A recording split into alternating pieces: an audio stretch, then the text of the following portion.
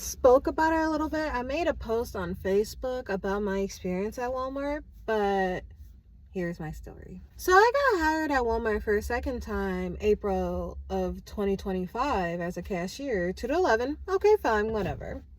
I started having seizures, so I asked my HR person, Cassie H, to accommodate the schedule. She first was giving me the runaround. She first said, had the doctor's note. I gave the doctor's note, still kept giving me the runaround.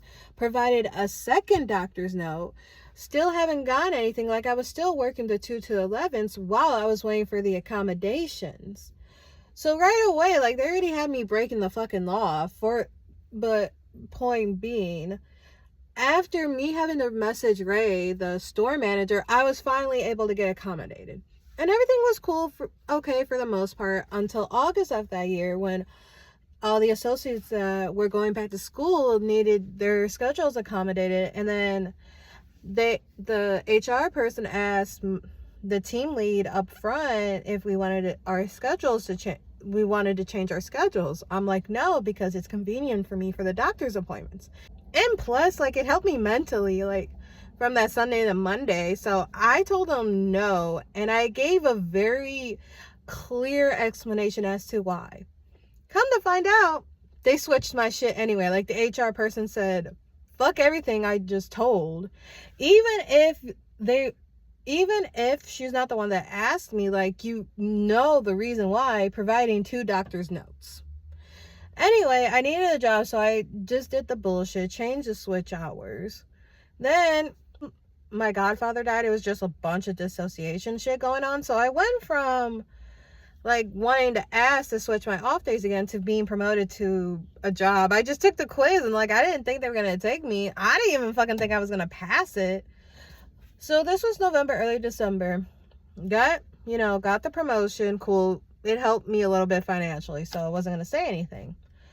And then when they were talking about, oh, your shift would be the 2:30 to 11:30, I'm like, in my head, I'm like, what about the doctor's note? So of course I'd be like, oh, so what happens if I have a seizure again? The operational manager, Gary, thought I was just playing myself for failure by saying anything, which, trust me, I don't want to say shit, but I had no choice. And Ray's like, the store manager is like, oh, we'll figure that out. Turns out the HR person doesn't even do the interviews if you're moving up. It has to be the operational and store manager.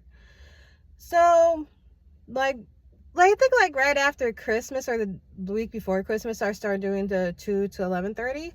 I kept having seizures, like, back to back, like, almost every fucking day of the week. So by, like, middle of January, like, mentally I couldn't do this shit. Like, if you go with seizures for so long without doing anything, like, it messes up your brain.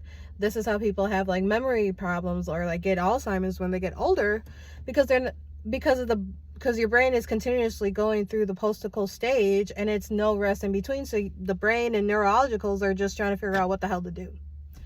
So I go down. So, like, yeah, middle of January, I talk, because the HR person, apparently their hands are tied after that. And you have to talk to the store and operations manager if you want it, about accommodations.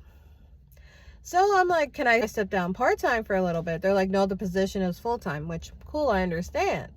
And I was giving the reason, and they kept looking. I'm like, so if I report the reason why I'm stepping down was because of my seizures, will I get fired? That store manager deadass looked me in my eye and said, yeah.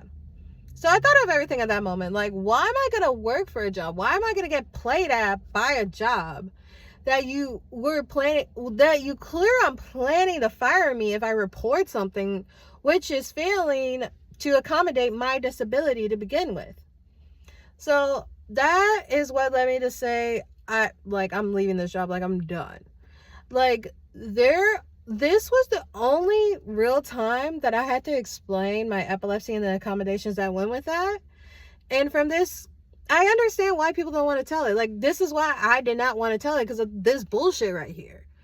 And with me quitting, it's kind of hard to sue for wrongful termination. And the Illinois department, like, when it comes to, like, discrimination at work, they only really give a shit if it's like 15 more people.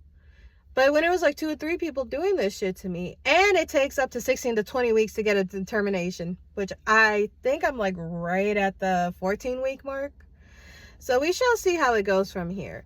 I just wanted to say that because it's so, like, I'm one of so many people with epilepsy that work that have to deal with the dilemmas of accommodations and working with people who don't understand or who refuse to understand your accommodation. But yet they expect you to laugh at their cheesy ass jokes.